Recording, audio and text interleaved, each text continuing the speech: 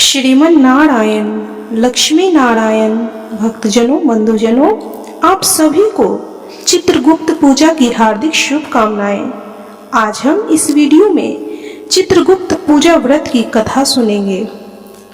तो चलिए कथा शुरू करते हैं। एक समय की बात है, युधिष्ठिर ने भीष्म पितामह से बोला, हे पितामह, आपकी कृपा से मैंने धर्म शास्त्र सुने, परंतु यम द्वितीया का क्या पुण्य है, क्या फल है, यह मैं सुनना चाहता हूँ।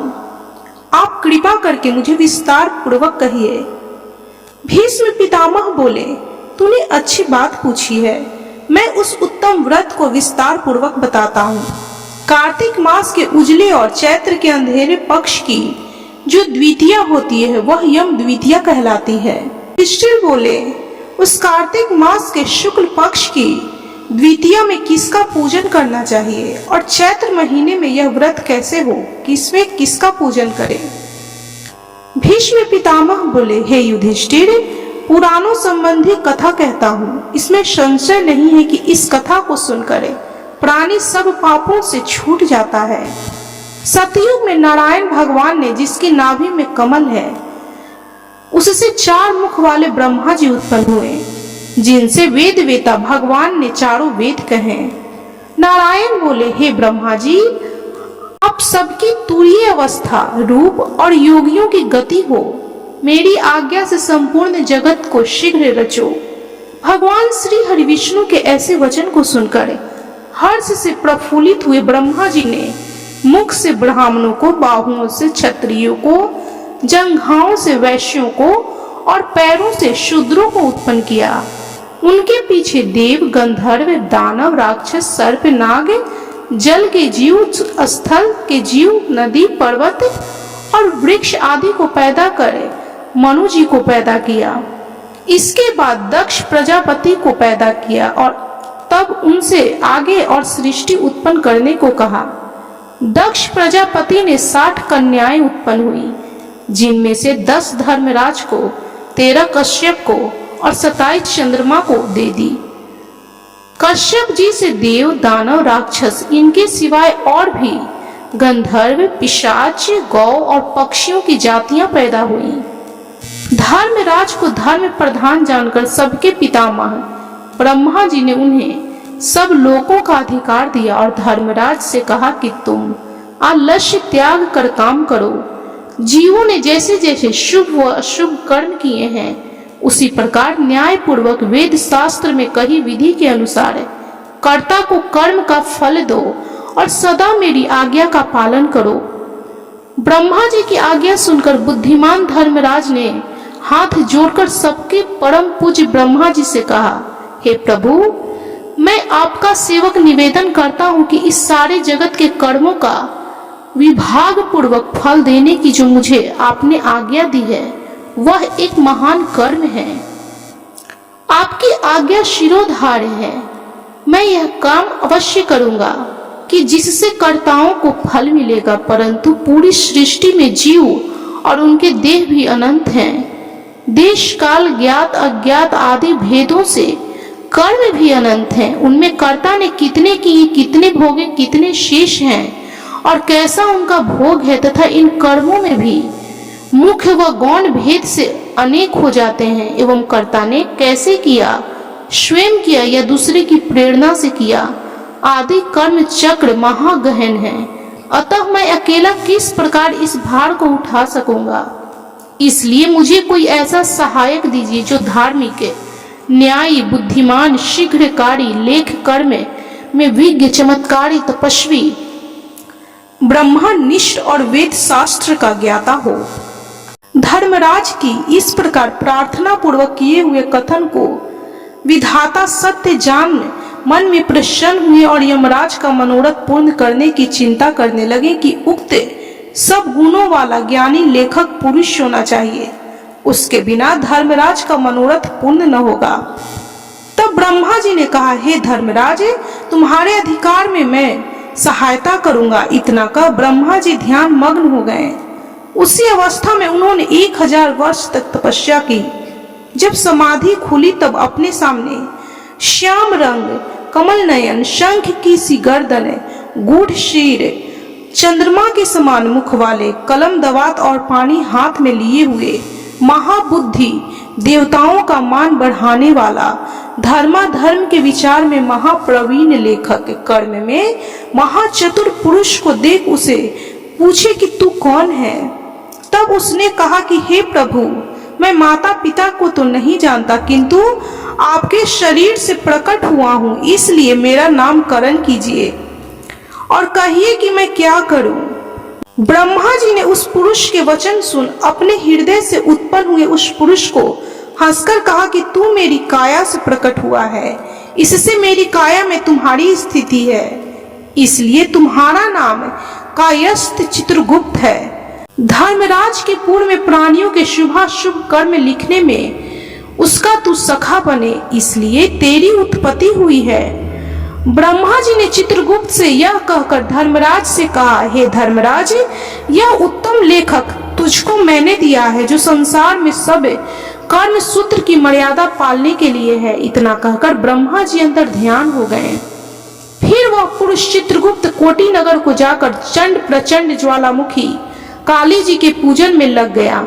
उपवास कर उसने भक्ति के साथ चंडिका जी की भावना मन में की। उसने उत्तमता से चित्त लगाकर ज्वालामुखी देवी का जप और स्तोत्रों से भजन पूजन और उपासना इस प्रकार की, हे जगत को धारण करने वाली, तुमको नमस्कार है। महादेवी, तुमको नमस्कार है। स्वर्ग मृत्यु पाताल आदि लोक लोकांतरों को रोशनी देने वाली, तुमको नमस्कार है। संध्या और रात्रि रूपे भगवती, तुमको नमस्कार है। श्वेत वस्त्र धारण करने वाली सरस्वती, तुमको नमस्कार है। सत रज तमो गुण रूप देव गणों को कांति देने वाली देवी, हिमाचल पर्वत पर स्थापित आदि शक्ति चंडिका देवी, तुमको नमस्कार है। उत्तम और न्यून गुणों से रहित वेद की प्रवृत्ति करने वाली, 33 कोटि देवताओं को प्रकट करने वाली, त्रिगुण रूप निर्गुण गुण रहित गुणों से परे गुणों को देने वाली, 3 नेत्रों वाली, 3 प्रकार की मूर्ति वाली, साधकों को वर देने वाली, दैत्यों का नाश करने वाली, इंद्रादि देवों को राज्य देने वाली, श्री हरि से पूजित देवी, हे चंडिका, आप इंद्रादि देवों को जैसे वरदान देती हैं वैसे ही मुझको दीजिए। मैंने लोगों के अधिकार के लिए आपकी स्तुति की है, इसमें संशय नहीं है। ऐसी स्तुति को सुन देवी ने चित्रगुप्त जी को वर दिया। देवी बोली, हे चित्रगुप्त, तूने मेरा आराधन पूजन किया, इससे मैंने तुमको वर दिया कि तू परोपकार में कुशल, अपने अधिकार में सदा स्थिर और असंख्य वर्षों की आयु वाला होगा। यह वर देकर दुर्गा देवी जी अंतर ध्यान हो गईं। उसके बाद चित्रगुप्त धर्मराज के साथ उनके स्थान पर गए और वह आराधना करने के योग्य अपने आसन पर स्थित हुए। उस समय ऋषियों में उत्तम ऋषि सुशर्मा ने, जिसको संतान की चाहत थी, उसने ब्रह्मा जी का आराधन किया। उसने ब्रह्मा जी की आराधना की। तब ब्रह्मा जी ने प्रसन्नता से उसकी इरावती नाम की कन्या को पाकर चित्रगुप्त के साथ उसका विवाह किया। उस कन्या से चित्रगुप्त के 8 पुत्र उत्पन्न हुए, जिनके नाम चारु, सुचारु, चित्र, मतिमान, हिमवान, चित्रचारु, अरुण और 8वां अतीन्द्रिय है। दूसरी जो मनु की कन्या दक्षिणा चित्रगुप्त से विवाही गई, उसके 4 पुत्र हुए।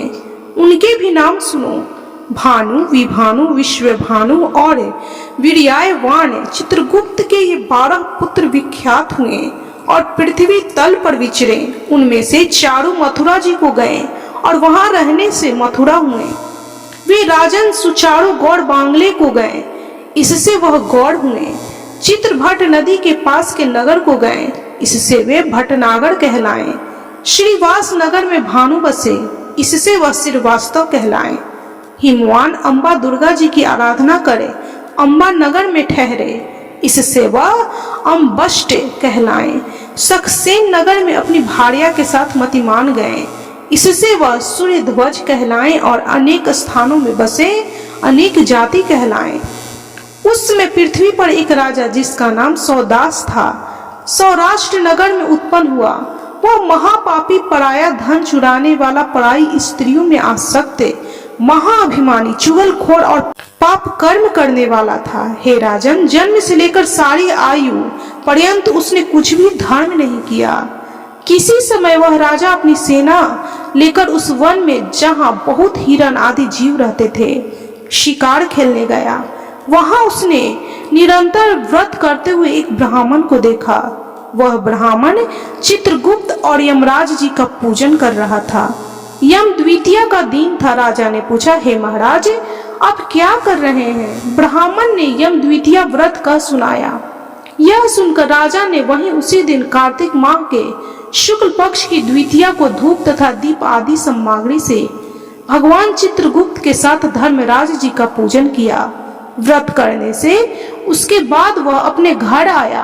कुछ दिन पीछे उसके मन को विस्मय हुआ और वह व्रत भूल गया। याद आने पर फिर उसने व्रत किया। समय उपरांत काल संयोग से वह राजा सौदास मर गया।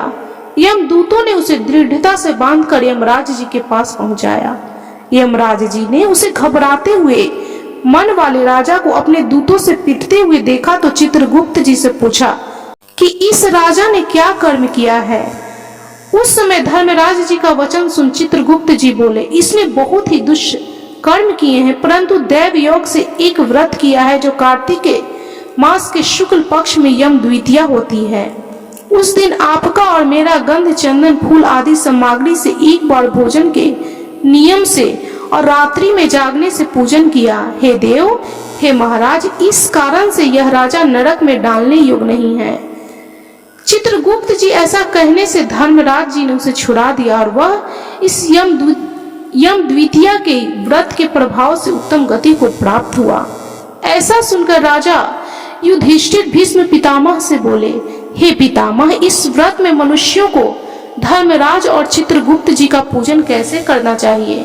भीष्म पितामह बोले, यम द्वितीया के विधान को सुनो। एक पवित्र स्थान पर धर्मराज और चित्रगुप्त की मूर्ति बनाएं और उनकी पूजा का कल्पना करें।